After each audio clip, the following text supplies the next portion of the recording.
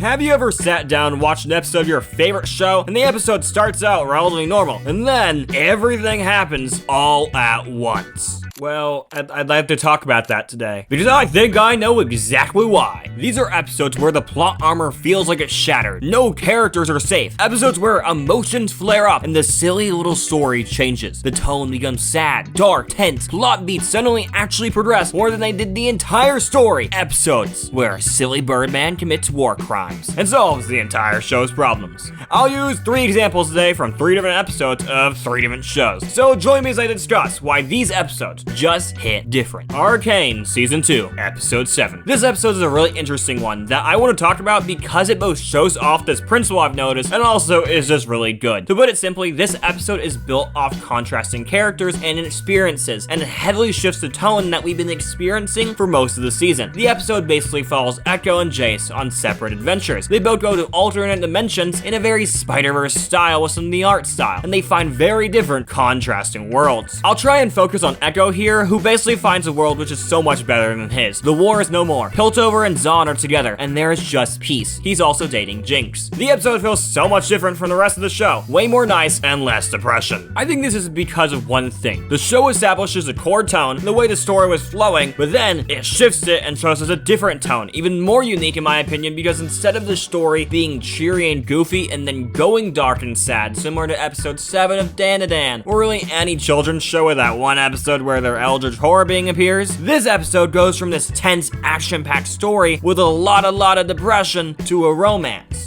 This episode has a lot of reasons actually why it's so good. From how it establishes Echo as probably one of my favorite characters, contrasts why Echo and Jace both want to get home but for different reasons. Jace has seen a world destroyed by his tech, but Echo just knows his world needs him, even though the one he found is the one he wants. It's happy, it's peaceful, it's different, and that's why it works. Before I get into my next point, I would love for you to subscribe, as I only have about 200 subscribers right now. Thank you, by the way. And how am I gonna get a VPN sponsor with that? Well, I'm not without your help. So how about you subscribe? Anyways, back into the video. X-Men 97, episode 5, Remember It. This is one of the best episodes of television I've ever watched. I don't have any critiques for this episode, it's perfect. But why is it perfect? Well, there are many reasons, but I will like to say that this does happen to follow the trope I mentioned. Basically, an episode that isn't the finale that subverts what we've established the show is doing, whether it be tone or how slowly plot points developed, or when characters are allowed to die. This episode is a great look at what would happen if the plot armor for all our characters became glass and a nuclear bomb incinerated it. Why a nuclear bomb? Because that's literally what happens. A giant nuclear monster commits genocide. I'm not even joking. Look.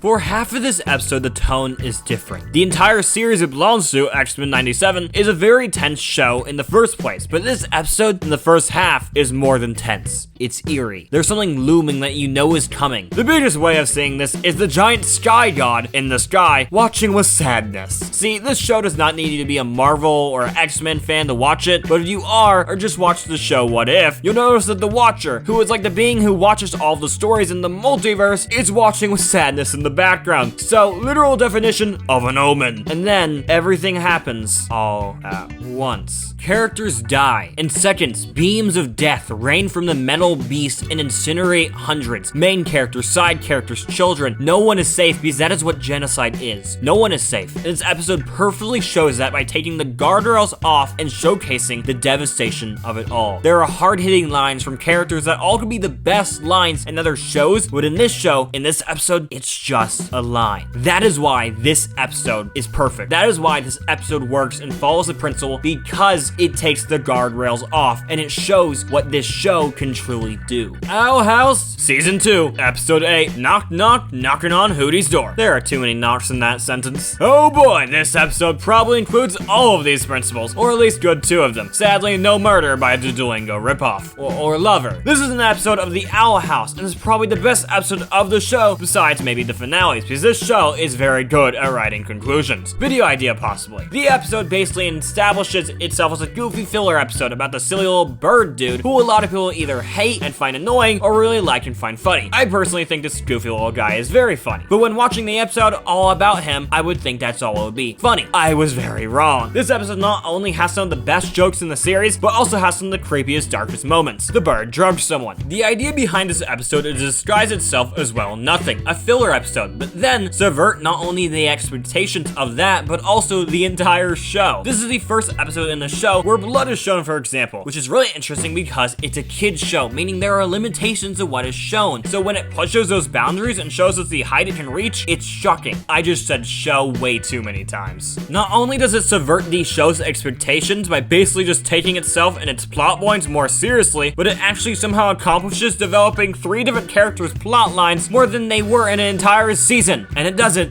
very well. I'll showcase this by listing the 3 things it's able to do. It's able to show a character accepting themselves and their curse by not curing it, but by working with it and accepting it as a part of them. And of course, through the Birdman drugging her and putting her in a creepy dream memory nightmare, shows another character going through a mental breakdown of not knowing what they are and where they're from and figuring it out by the end. And of course, through the Birdman eating him and giving him a series of painful tests, then somehow furthering 2 characters' romance more than the entire show, and then actually getting them to date before the finale. Of course, it does this by the Birdman kidnapping the 2 teenagers and putting them in a bird-themed tunnel of love. This happened in 1 day, 22 minutes, and it's done perfectly. My voice hurts now. Also, my phone went off. What was that?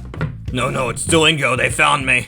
After a short kidnapping, I'm back to finish off this video. Altogether, I think we've learned that from these 3 episodes, there are many examples and formats of this principle, but there are many correlations between them. If you want to write one or understand one better, then these are the 3 things you need to know. Subvert your own rules and the expectations you set, accelerate the plot in ways that make the moments in the episodes or the arc memorable because of how important they are, and finally, let a Birdman kill your characters. And that concludes my little journey through why these episodes just hit different. Watch the video on screen, but either way, that's all for today. Peace.